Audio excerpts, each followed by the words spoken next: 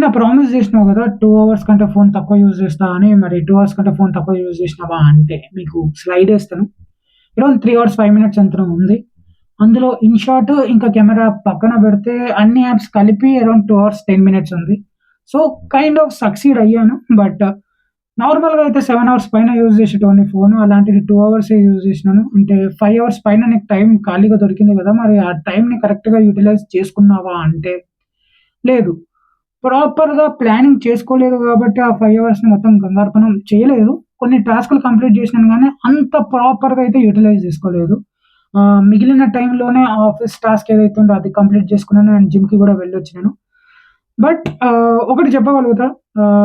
నిన్న 7 hours use జేసినాను and ఈరోజు 2 hours use జేసినాను. పెద్దగా డిఫరెన్స్ ఏమన్నా ఉన్నదా అంటే, అంత పెద్ద డిఫరెన్స్ అయితే ఏం లేదు. కానీ ఒకటి రియలైజ్ అయ్యాను. ఏంటి అంటే, అనుకున్న టైంకి అనుకున్నట్టు లేస్తే, అనుకున్న పనులు అనుకున్నట్టు జేస్తున్నాను.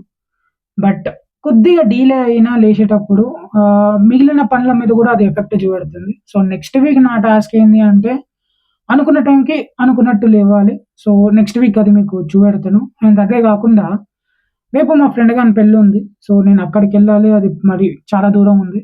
అండ్ కంటెంట్ ఎలా క్రియేట్ జేస్తానో నాకు తెలీదు. బట్ డెఫినెట్‌గా మాటిస్తున్నాను. ఒక వీడియో అయితే వస్తది. బట్ ఎలా వస్తదో నాకు గూడా తెలవదు. రేపు కలుద్దాం.